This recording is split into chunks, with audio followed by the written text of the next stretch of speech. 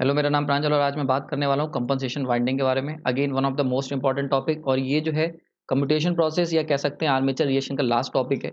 मतलब एक ऐसा तरीका, लास्ट तरीका जो कि बहुत कारगर है, और किस तरीके से हम देखेंगे कि इसमें कंपनसेशन वाइंडिंग ने पूरा गेम बदल के रख दिया। और सारी की सारी जो प्रॉब्लम थी आर्मेचर रिएक्शन के कारण या फिर कम्यूटेशन में जो भी प्रॉब्लम थी, मेनली आर्मेचर रिएक्शन की जो प्रॉब्लम थी उसको पूरी तरीके से बदल के रख दिया, पूरी तरीके से सॉल्व कर दिया कंपनसेशन वाइंडिंग ने।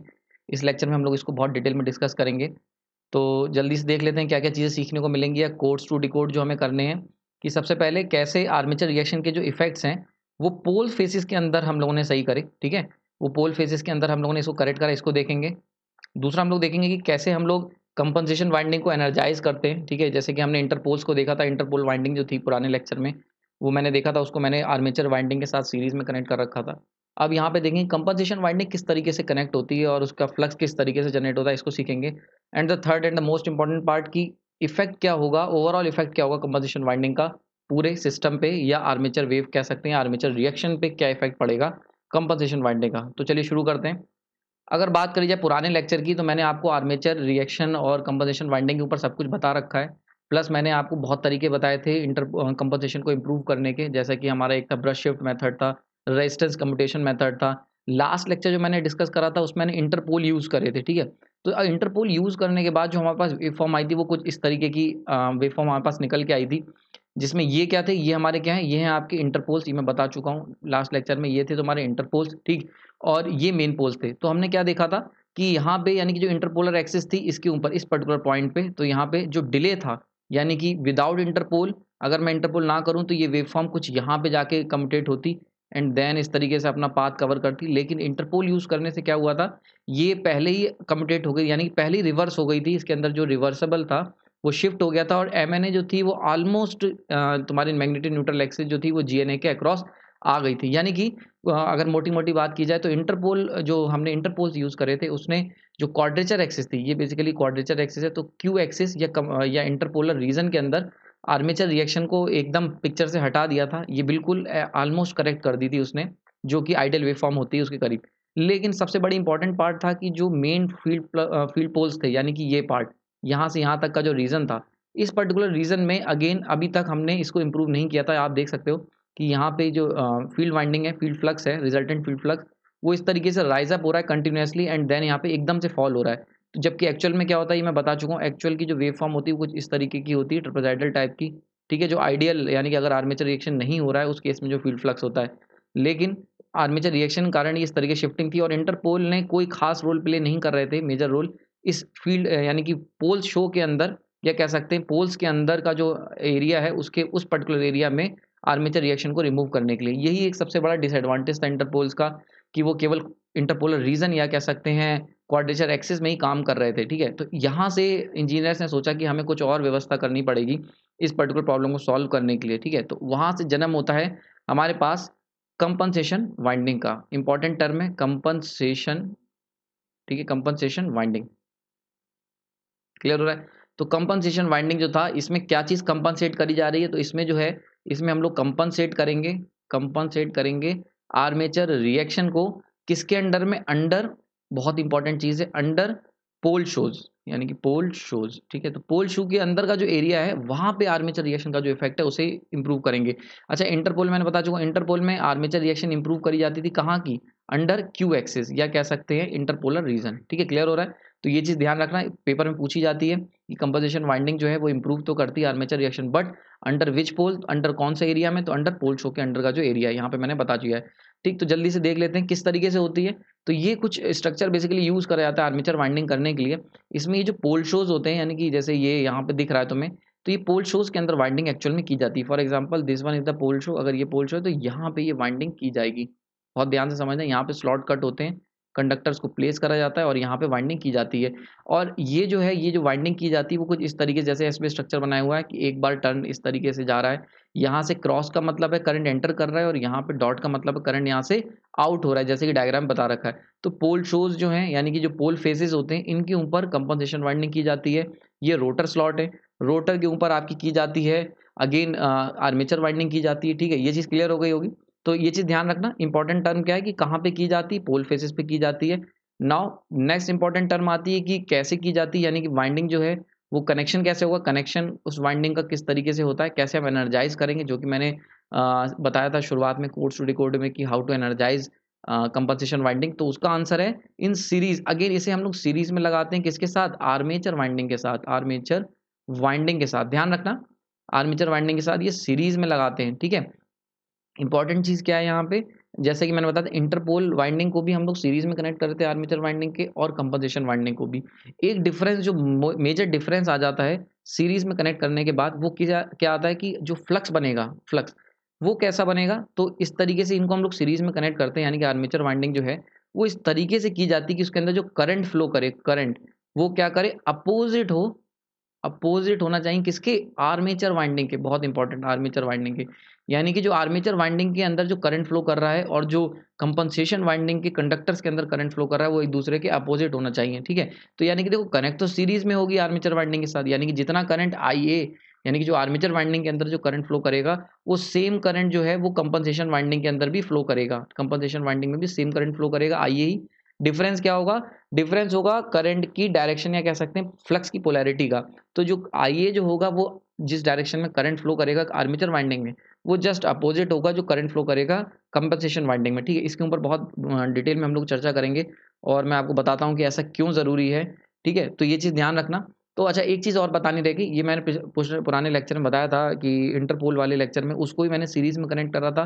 बेसिकली जो सीरीज में हम लोग कनेक्ट करते हैं, यानी कि जो वाइंडिंग्स हैं, यानी कि जैसे इंटरपोल ले लो, इंटरपोल या फिर कंपनसेशन ले लो, दोनों को मैंने क्या करा है, दोनों को सीरीज में कनेक्ट करा है। बहुत ध्यान से समझना है इस पर्टिकुलर जो मैं कनेक्शन बनाने जा रहा हूँ, सीरीज में कनेक्ट करा है किसके साथ, आर्मेचर वाइंडिंग के साथ, आर्मेचर वाइंडिंग के साथ सीरीज में कनेक्ट करा है, ठीक है। और उसके पीछे सीरीज में कनेक्ट करने के पीछे अगर मैं रीजन देता हूँ कि आखिर ऐसा क्यों करा, ये मैंने बताया था, ठीक है। तो इसका मेन रीजन क्या था कि हमें क्या करना है, अपने सिस्टम को स्मार्ट बनाना है, यानी कि मैं चाहता हूँ कि हमारा जो सिस्टम हो वो क्या हो, स्मार्ट बनाने के लिए, याद रखना स्मार्ट कंपनसेशन के लिए, स्मार्ट कंपनसेशन के लिए, ठीक है। ये इंपॉर्टेंट क्यों है, क्योंकि क्या हो रहा है कि एक्चुअल में इंटरपोल और कंपनसेशन वाइंडिंग दोनों ही दोनों क्या कर रहे हैं, आर्मेचर रिएक्शन कर रहे हैं।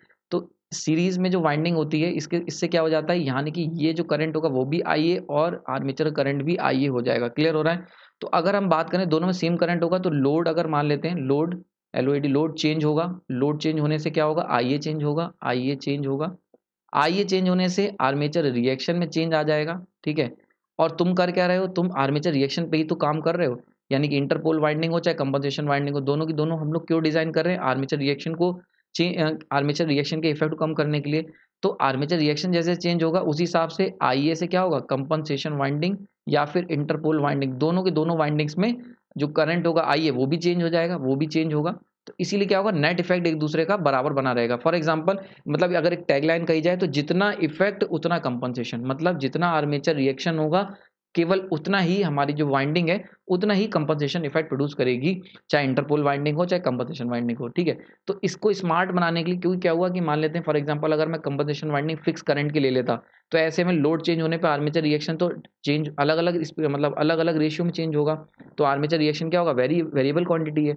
अगर तुम्हारा कंपनसेशन वाइंडिंग फिक्स क्वांटिटी की करंट ले लोगे, तो ऐसे में क्या होगा, कंपनसेशन वाइंडिंग अपने इश्यूज क्रिएट कर देगा, क्योंकि वो क्या करेगा, फर्दर डिस्टर्ब करने लगेगा आर्मेचर फ्लक्स को, क्लियर हो रहा है यहाँ पे।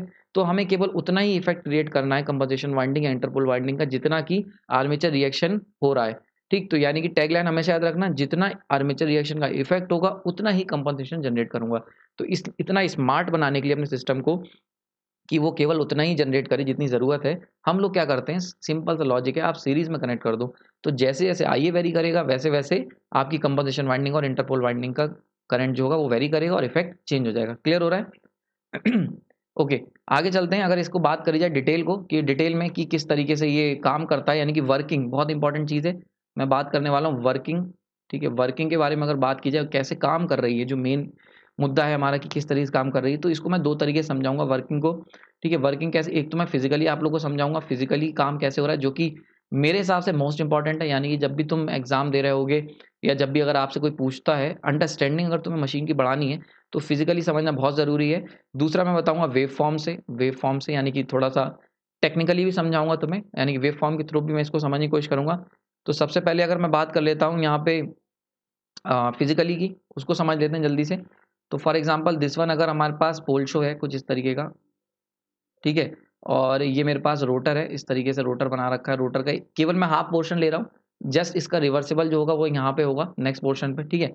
तो अगर इसको ध्यान से देखें, इसको बड़े ध्यान से समझना। अगर मान लेते हैं कंपनसेशन वाइंडिंग नहीं है और ये मेरे स्लॉट्स हैं, ये मेरे कंडक्टर्स हैं, ठीक है। तो पहला केस ले रहा हूँ विदाउट कंपनसेशन वाइंडिंग, ठीक है। अगर कंपनसेशन वाइंडिंग नहीं लगाई है तो नॉर्थ पोल अगर यहाँ पे था, ठीक है, और यहाँ पे मैंने क्रॉस ले लिया, ठीक, डायरेक्शन ऑफ रोटेशन अगर ये रखा हुआ है और ये क्या है, जनरेटर है, ठीक। तो जनरेटर केस में अगर डायरेक्शन रोटर जो इस तरीके से रोटेट हो रहा है, cross magnetization effect, cross armature current है, ठीक। अब इन दैट केस अगर मैं फ्लक्स की बात करूं इसके, यानी कि कंडक्टर्स के फ्लक्स, तो वो कुछ इस तरीके से अपने आप को करेंगे। आप मैक्सवेल्स का राइट हैंड रूल लगा सकते हो और ये कुछ इस तरीके से अपना पाथ को कंप्लीट करेंगे, ठीक है। यहाँ पे क्या होगा, क्रॉस के हिसाब से यहाँ पे डाउनवर्ड आ जाएगा and this one is the upward, ठीक। क्लियर हो रहा है, यहाँ पे आप राइट हैंड रूल लगा के देख सकते हो। तो ऐसे में क्या होगा, जो फ्लक्स आ रहा था, यानी कि ये जो फ्लक्स आ रहा था नॉर्थ पोल का, जो कि यूनिफॉर्म था इस पर्टिकुलर पॉइंट पहुंचने से पहले, वो इस आर्मेचर फ्लक्स के कारण, ये क्या है, आर्मेचर कंडक्टर्स हैं, और ये जो फ्लक्स है ये कौन सा फ्लक्स है, ये है आर्मेचर फ्लक्स, ठीक है, आर्मेचर फ्लक्स। तो ये जो आर्मेचर फ्लक्स है ये क्या करेगा, जो फील्ड फ्लक्स है ये क्या है, फील्ड फ्लक्स है, ठीक है। तो फील्ड फ्लक्स को क्या करेगा, डिस्टॉर्ट करेगा, ऊपर शिफ्ट कर देगा। तो तभी देखो इनकी क्या हो रही थी, ये ऊपर ऐसे करके शिफ्टिंग हो जा रही थी इसके कारण, ठीक है, क्योंकि ये एक दूसरे को कट नहीं कर सकते, इसलिए क्या होंगे, फ्लक्स जो होगा वो शिफ्ट हो जा रहा था। और शिफ्ट होके क्या हो रहा था, जो प्रॉब्लम आ रही थी वो यहाँ पे इकट्ठा हो जा रहा था शिफ्ट होके इस तरीके से, ठीक, और देन यहाँ से निकल रहा था। तो ये क्या हो रहा था, यहाँ पे तुम्हारी ये प्रॉब्लम आ रही थी, यही तो मेजर प्रॉब्लम थी।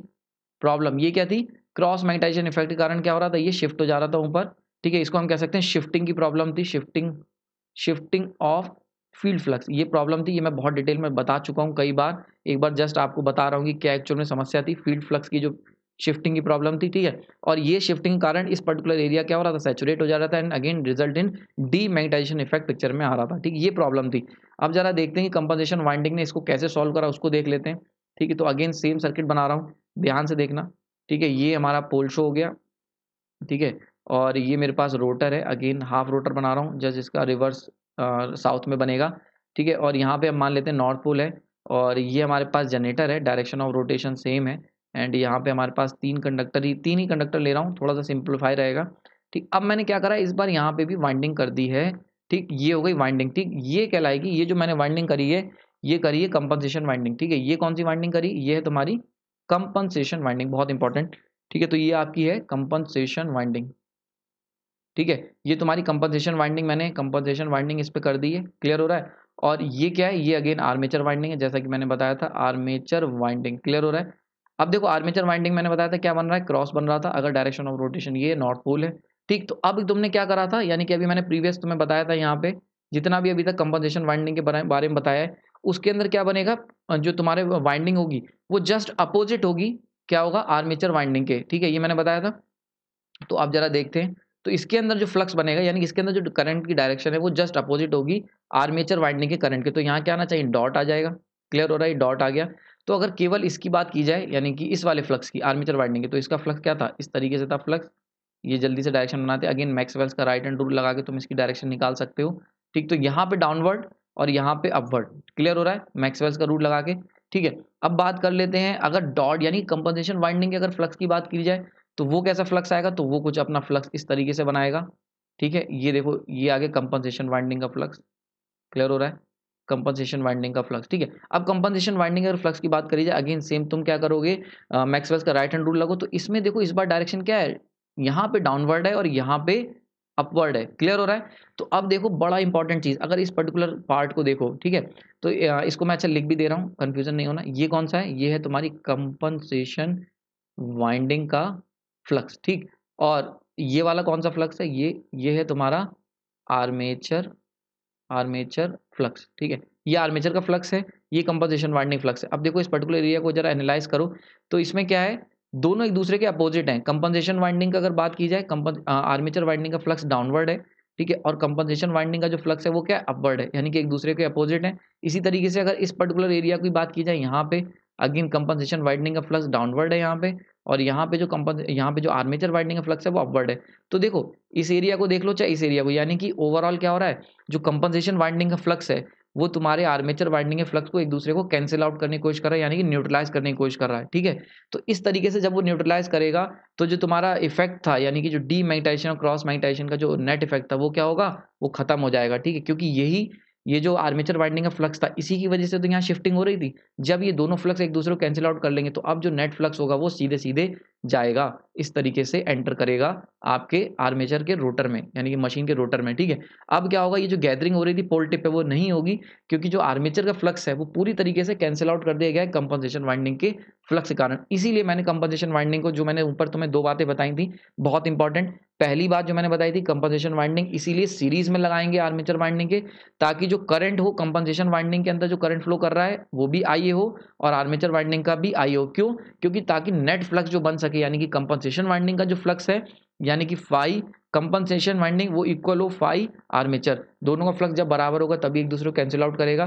दूसरी इंपॉर्टेंट चीज जो मैंने बताई थी, जो कंपनसेशन वाइंडिंग है उसके अंदर जो करंट होगा वो जस्ट अपोजिट पोलैरिटी का होगा आर्मेचर वाइंडिंग का। अपोजिट क्यों होगा? अपोजिट इसलिए ताकि दोनों एक दूसरे को कैंसिल आउट कर सके। अगर सेम पोलैरिटी का ले लोगे तो ये एक दूसरे के सपोर्ट में आ जाएंगे और जो डीमैग्नेटाइजेशन इफेक्ट या कह सकते हैं आर्मेचर रिएक्शन है वो काफ़ी ज़्यादा बढ़ जाएगा, ठीक है। तो आर्मेचर रिएक्शन काफ़ी ज़्यादा ना बढ़े, दोनों एक दूसरे के अपोजिट में रहें, इसलिए इनको एंटी करंट, यानी कि जो करंट की पोलैरिटी है वो रिवर्स होनी चाहिए कंपोजिशन वाइंडिंग और आर्मेचर वाइंडिंग में, लेकिन मैग्नीट्यूड सेम होना चाहिए। क्लियर हो गया यहाँ पे, ठीक है। अच्छा, अब जल्दी से इसको अगर मैं बात करूँ ग्राफिकली कैसा दिखेगा तो उसको जरा इस कर्व से समझ लेते हैं। यहाँ पे देखो ये कर्व बनाया हुआ है, बहुत सिंपल सा है, इसको बहुत ध्यान से देखना। इंटरपोलर रीजन में बता चुका था, इस तरीके का हमने लिया था, ठीक।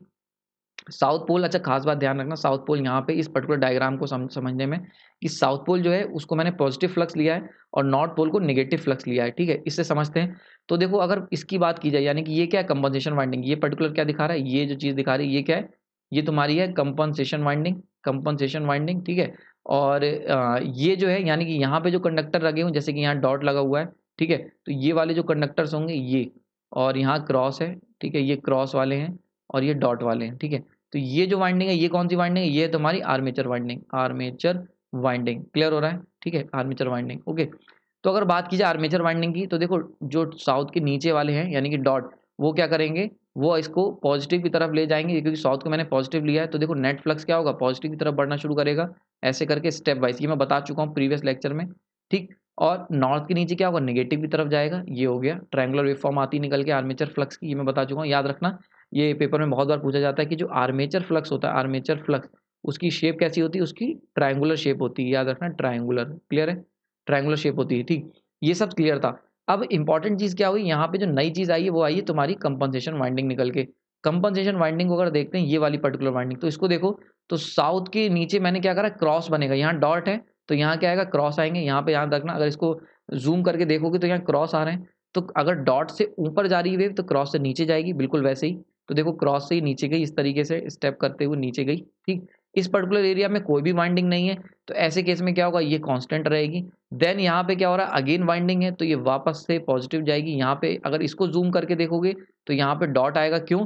क्योंकि इसके नीचे जो यहाँ पे जो कंडक्टर्स लगे उनमें क्या है, क्रॉस है, जस्ट अपोजिट पोलैरिटी आर्मेचर की, तो यहाँ डॉट आएगा, तो डॉट में ऊपर जाएगी इस तरीके से स्टेप अप करते हुए, और ये हमें मिल जाए कंपनसेशन। अगर इन सबको मिलाओगे तो आपकी जो main net resultant field flux आएगा, देखो लिखा है रिजल्टेंट डेंसिटी वेवफॉर्म की जो आएगी वो एकदम वापस से पहले केस में पहुंच जाएगी जो कि ओरिजिनल वेवफॉर्म हुआ करती थी, कुछ ऐसी थी ओरिजिनल वेवफॉर्म, मैं बता चुका हूँ, आप मेरे प्रीवियस लेक्चर देख सकते हो, आर्मेचर रिएक्शन के ऊपर जो मैंने पहला लेक्चर लिया है उसमें बहुत डिटेल में बताया है, ठीक। तो देखो ये वेवफॉर्म देखो वापस से जो ओरिजिनल वेवफॉर्म थी ऑलमोस्ट इक्वल है, बस डिफरेंस क्या है कि वो वेवफॉर्म यहाँ पे कम्यूटेट हो रही थी लेकिन ये थोड़ा सा नीचे जा रही है। रीजन इसका मैं इंटरपोल में बता चुका हूँ, इसके ये जो एक्स्ट्रा जो डिक्रीज हो जाती है, यानी कि एक्स्ट्रा जो, यानी कि कह सकते हैं थोड़ा पहले ही जो जीरो हो जा रही है, उसके पीछे रीजन क्या है, जो मैंने इंटरपोल लिए हैं वो बहुत हैवी फ्लक्स के लिए हैं उनके, क्योंकि दो काम है, एक तो डिले कम्यूटेशन को इंप्रूव करना, कैसे करेंगे इंटरपोल, ये भी एक बार हल्का सा बता दूं, मैं प्रीवियस लेक्चर में बता चुका हूँ। इंटरपोल क्या करेंगे, जो वाइंडिंग है यानी कि जो कॉइल ली है उसके अंदर का जो सेल्फ इंडक्टेंस है उसे खत्म कर देंगे, तो इसीलिए एक्स्ट्रा फ्लक्स की जरूरत पड़ेगी। इसीलिए ये क्या है, अगर ओरिजिनल वेव फॉर्म से इसे कंपेयर करोगे तो ऑलमोस्ट सेम है, यानी कि पोल शो के अंदर तो एग्जैक्ट सेम है, लेकिन इंटरपोलर रीजन में जस्ट पहले से थोड़ा सा जीरो पहले हो जाएगी एमएनए से, ठीक है। क्लियर हो रहा है, रीजन उसका heavy flux density of Interpol's, ठीक। क्लियर हो रहा है, ये वेव फॉर्म समझ में आ गई होगी। तो आई होप कंपनसेशन वाइंडिंग तुम्हें टॉपिक क्लियर हो गया होगा, बहुत इंपॉर्टेंट कॉन्सेप्ट है, बहुत डिटेल कॉन्सेप्ट है, ठीक। तो ये मैंने अपनी तरफ से पूरी कोशिश की इसको समझाने की, फिजिकली भी और आपको वेव फॉर्म के थ्रू भी मतलब कैसे दिखती है। क्लियर हो गया ये चीज़? अच्छा, आगे चलते हैं इसी में कि अगर हम बात करें कि कैसा दिखेगा सर्किट जब हमारी ये दोनों वाइंडिंग हो जाएगी, तो सर्किट सर्किट की पिक्चर कैसी होगी तो उसको देख लेते हैं। अगर मैं बात करता हूँ शंट मशीन की बात कर लेते हैं, ठीक है। तो उस केस में ये कुछ इस तरीके का पिक्चर दिखेगा हमारे पास, ठीक। ये हो गई मेरे पास इंटरपोल वाइंडिंग, क्लियर। और उसके बाद then it is compensation winding हो गई, and then it is armature winding हो गई, आर्मेचर वाइंडिंग, क्लियर है। कंपनसेशन वाइंडिंग, ठीक। एंड यहाँ पे हमारा आर्मेचर आ जाएगा, और अगर जनरेटर है तो ईजी, और अगर मोटर है तो ईबी बैक ईएमएफ आ जाएगा। एंड यहाँ पे हम लोग शंट वाइंडिंग करेंगे, ये हो गई तुम्हारी शंट वाइंडिंग, ठीक है। ये हो जाएगी शंट फील्ड वाइंडिंग, ठीक है, शंट फील्ड वाइंडिंग, क्लियर। तो जो मैंने बताया था इंपॉर्टेंट चीज़ क्या थी, मैंने बताया था जो इंटरपोल है वो भी सीरीज में लगा है, कंपनसेशन वाइंडिंग सीरीज में लगी है, किसके, आर्मेचर वाइंडिंग के। तो देखो ये तीनों के तीनों क्या है, ये तीनों के तीनों सीरीज में लगी हैं, और शंट वाइंडिंग अलग है। अच्छा, कुछ बुक्स में एक इंपॉर्टेंट चीज़ ध्यान समझो, कुछ बुक्स में क्या होता है, इसका डायग्राम इस तरीके से बताया होता है। अगेन ये हो गई तुम्हारी इंटरपोल वाइंडिंग, ठीक है। Then this one is series में कौन सी होगी, कंपनसेशन वाइंडिंग होगी, compensation winding. Then armature winding हो गई, ठीक है। और उसके बाद यहाँ पे तुम्हारा रोड अगेन ईजी आ गया, ठीक। अच्छा, एक चीज़ जो इंपॉर्टेंट चीज़ है, जो डिफरेंस है इस डायग्राम में और प्रीवियस डायग्राम में, वो आ जाता है शंट फील्ड वाइंडिंग में। वो कुछ इस तरीके से लगाई जाती है, यानी कि जस्ट परपेंडिकुलर टू ईजी, यानी कि रोटर के, and then this one is the connected यहाँ पे। क्लियर हो रहा है? तो देखो याद रखना बड़ा इंपॉर्टेंट चीज़ है, ये वाला डायग्राम जो है ये प्रैक्टिकली करेक्ट है, प्रैक्टिकली प्रैक्टिकली या फिर कह सकते हैं, और एक्चुअल डायग्राम यही होता है। रीज़न क्या है, हम क्या चाहते हैं, यहाँ पे अगर रोटर लगा हुआ है तो सीधी सी बात है कि जो फील्ड का फ्लक्स है वो कुछ इस तरीके से बनेगा, यानी कि यहाँ से देखोगे तो परपेंडिकुलर है, दो ये जो फील्ड फ्लक्स है वो क्या होगा, परपेंडिकुलर हिट करेगा रोटर को, और in that case maximum EMF मिलेगा। तो हम लोग क्या करते हैं, जो आप डायग्राम देखते हो इसमें क्या है, रोटर क्या है, रोटर तुम्हारा ये है और ये फील्ड फ्लक्स, तो इसके जस्ट परपेंडिकुलरली हिट कर रहा है ये रोटर को। तो इस डायग्राम को यहाँ पे कुछ इस तरीके से बनाया जाता है। जिन बुक्स में ये डायग्राम बना है ये मोस्ट एक्यूरेट डायग्राम है, याद रखना। हम लोग ये वाला अगर तुमसे कभी बनाने को कहा जाए एग्जाम में या वाइवा में पूछा जाए तो आप ये वाला डायग्राम बनाएंगे, ठीक है। तो फिर क्या ये डायग्राम गलत है, तो नहीं, ये डायग्राम जो है प्रैक्टिकली गलत है, यानी कि अगर तुमसे बात की जाए एक्चुअल में, तो एक्चुअली ये डायग्राम गलत है। रीजन क्या है कि अगर इस पर्टिकुलर में देखो तो शंट फील्ड वाइंडिंग तुम्हारी क्या है, पैरेलल लगी है, बहुत इंपॉर्टेंट। ये देखो फ्लक्स है और ये रोटर है, तो देखो ये दोनों वाइंडिंग क्या है, एक दूसरे के पैरेलल, यानी कि ये इस तरीके से है कि यहाँ पे नॉर्थ पोल है और ये रोटर है, ठीक है। तो ये देखो फ्लक्स इसका इस तरीके से जा रहा है, ठीक है, ये कुछ इस तरीके को रिप्रेजेंट कर रहा है। क्लियर हो रहा है? तो इसीलिए ये क्या है, ये गलत है। तो प्रैक्टिकली ये गलत है, लेकिन फिर हम लोग बुक में क्यों दे रखा होता है, तो बुक में गलत नहीं है, बुक में दे रखा होता है इस सर्किट से आपको कैलकुलेशन करने में ईजी रहता है।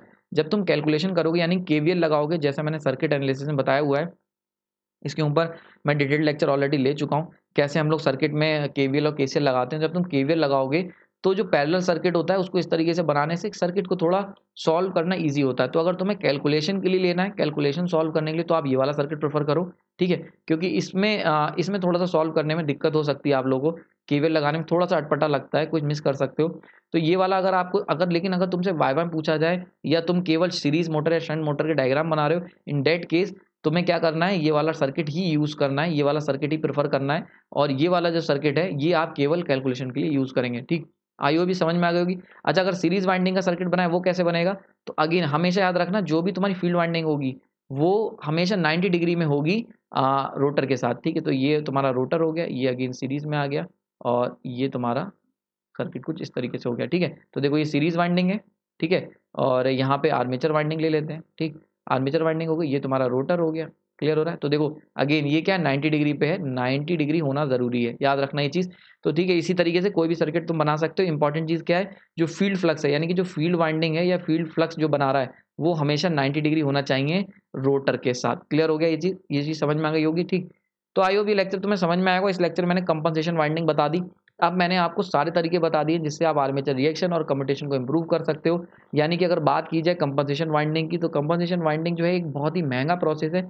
महंगा इसलिए है क्योंकि भैया आपको एक एक्स्ट्रा वाइंडिंग करनी पड़ेगी पोल शो में। जब तुम एक्स्ट्रा वाइंडिंग करोगे, जैसा कि यहाँ पे किया है, तो पोल शो में जब तुम एक्स्ट्रा वाइंडिंग करोगे तो उसके लिए तुम्हें ज़्यादा पैसा खर्च करना पड़ेगा। क्यों? क्योंकि extra winding means extra copper. Extra copper का मतलब क्या हुआ, तुम्हें ज़्यादा खर्चा करना पड़ेगा। तो इसीलिए कंपोजिशन वाइंडिंग जो है ये एक बहुत ही महंगा प्रोसेस है, भले ही सबसे अच्छा है, सबसे ज़्यादा अच्छा मेथड है। अगर मैं डिफरेंट मेथड की बात करूँ, चाहे ब्रश शिफ्ट ले लो, चाहे इंटरपोल ले लो, चाहे तुम again armature resistance sorry brush resistance method ले लो, इन सब में सबसे अच्छा मेथड जो है वो कंपोजिशन वाइंडिंग है। रीज़न क्या है, ये एग्जैक्टली कैंसिल आउट कर देता है आर्मेचर फ्लक्स को। जब ये एग्जैक्टली कैंसिल आउट करेगा तो नेट आर्मेचर फ्लक्स जो होगा, वो जो इफेक्ट होगा आर्मेचर रिएक्शन का, वो ऑलमोस्ट जीरो हो जाएगा। ठीक है, जैसा कि मैंने वेव फॉर्म में तुम्हें ऊपर बताया, वेव फॉर्म के थ्रू यहाँ पे समझाया। देखो ये जो फ्लक्स निकल के आया था, वेव फॉर्म जो रिजल्टेंट फील्ड फ्लक्स है वो एकदम एग्जैक्टली इक्वल हो जाएगा जो ओरिजिनल था, यानी कि विदाउट आर्मेचर रिएक्शन। ठीक है, तो ये तो अच्छी बात है, लेकिन अगेन ये महंगा मेथड है। इसीलिए हम लोग क्या करते हैं,